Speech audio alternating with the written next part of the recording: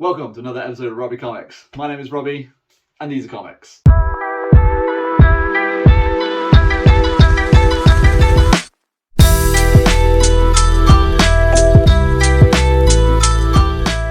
So a little bit of a different video today. I decided to do a top 5 comics that I have in my collection currently.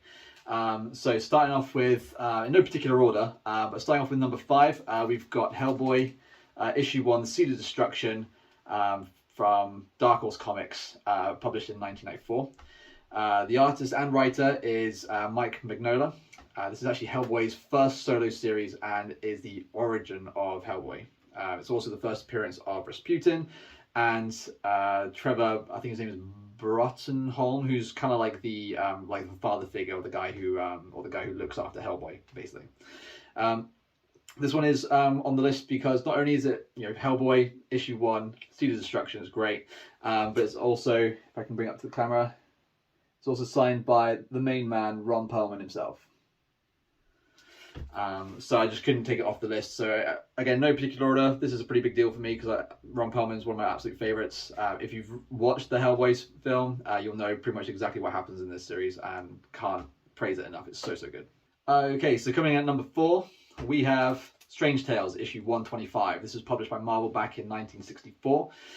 We've got Jack Kirby on the art and obviously written by Stan Lee. This is actually a classic battle between the Human Torch and the Submariner. The basic kind of premise of this story is you've got a bunch of reporters that goes up to the Baxter building and wants to interview Mr. Fantastic and Invisible Girl. The Human Torch and the Thing are a bit jealous, I guess is the best description for that, of those two always getting in the limelight. So they're like, oh, well, we kind of want some publicity as well. So they actually hear that the Submariner is kind of swimming around or spotted swimming close to the shore nearby. So they go and try and track him down and have a big old fight. This is one of my favorite books from the Strange Tales series that I've got currently. I am slowly piecing this together from I want to basically collect from issues 101, which has the Human Torch in it, all the way up to when you get up to the Warlock side of things within the Strange Tales series, so inclusive of all the Doctor Strange stuff. But yeah, classic book, great front cover. The artwork is so cool. Jack Kirby does it again, and you get a little co-hosting of Doctor Strange in there as well. So great book, absolutely love it. Okay, and coming in at number 3, we have The Savage She-Hulk, issue 1, published by Marvel from 1980. You've got the art by Joe Buscema, I think that's how you say his name, I'm not 100% sure though, and obviously written by Stan Lee. And of course, this is the first appearance and origin of the She-Hulk. Great story, one of my all-time favorites. I absolutely love this character. Any of you guys who follow my channel for long enough know that I absolutely love She-Hulk as a character. So currently piecing together the Sensational She-Hulk run plus the Savage She-Hulk and her new series as well. I'm collecting so many of the variants for that series as well. Great story, classic front cover. Look at that amazing artwork by Joe. Super clean and crispy. It's just such a good book. So number 3 on the list. Okay, taking over the number 2 spot, we have Wolverine issue 1, published by Marvel in 1982.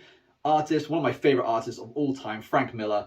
And also written by Chris Claremont. This is the first solo Wolverine title and also the first appearance of Yukio, who you probably will know from the Deadpool movies. Classic front cover, probably one of the biggest investments I ever made, not only because it has because of this issue, but when I purchased the book, it also came with the rest of the run. So issue 2, issue 3, and issue 4. But couldn't have them all on the list, so I had to pick this one. Yeah, one of my personal favourites. Like I said, I've been a huge fan of Frank Miller ever since I got into the Sin City series. I managed to grab pretty much all of the Frank Miller Daredevil run as well, and there's a few other bits and pieces that I've managed to collect through the years, but this one, all-time favourite. Such a good story. If you've watched I think it's more taking over the Wolverine film where he goes to Japan. I think the story arc in this is pretty much the same as that. But awesome read. Not only fantastic art, the story is so good. So I highly recommend this one if you haven't read it already. But yeah, number 2, brilliant. And finally, coming in at number 1, we have Daredevil 168. Artist Frank Miller, written also by Frank Miller. First solo written work on Daredevil by Frank Miller, we'll say that. And as many of you will know, this is the first appearance and origin of Elektra.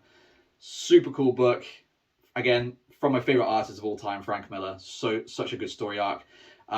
And if any of you have seen my videos where I actually pulled this from a massive job lot, I effectively paid £1. £1, which is probably about the same as maybe just over $1 for those of you in the States for this amazing key. If you haven't watched that video, I'll try and maybe remember to link it down below. But effectively, I bought a whole bunch of Daredevils for 40 quid. There was just over 40 issues in there, so effectively paid £1 for this. But absolute gem of a comic. It is the pence variant, and also has the spelling of Elektra wrong on the front cover. Don't know why they added in the C there, but yeah, never mind. But still, great comic book nonetheless. So happy to have this in my collection. Okay, so that's it for today. As always, thank you so much for watching. If you like what I'm doing, please hit the like button and subscribe to the channel. Drop a comment down below. Let me know which one of those books you thought was awesome. I know pretty much all of them were awesome, but let me know which one was your favorite. Let me know what your top 5s are. I'll be interested to see what you guys have in your collections and what you would say is top 5 in your books. As you can see, my collection is growing pretty well. There's another shelf down below and below that as well, so it was pretty tough to pick out the top 5. I tried not to focus too much on things like price, but more about the impact or the appearances that happen in those stories or in those comics. So yeah, but I'm hopefully going to do a few more of these videos, like maybe my top favorite books that I have in my collection, top favorite covers, top favorite stories, characters, that kind of stuff. So watch this space. We'll see how that goes. But once again, thank you so much for watching. Stay crispy. Peace out.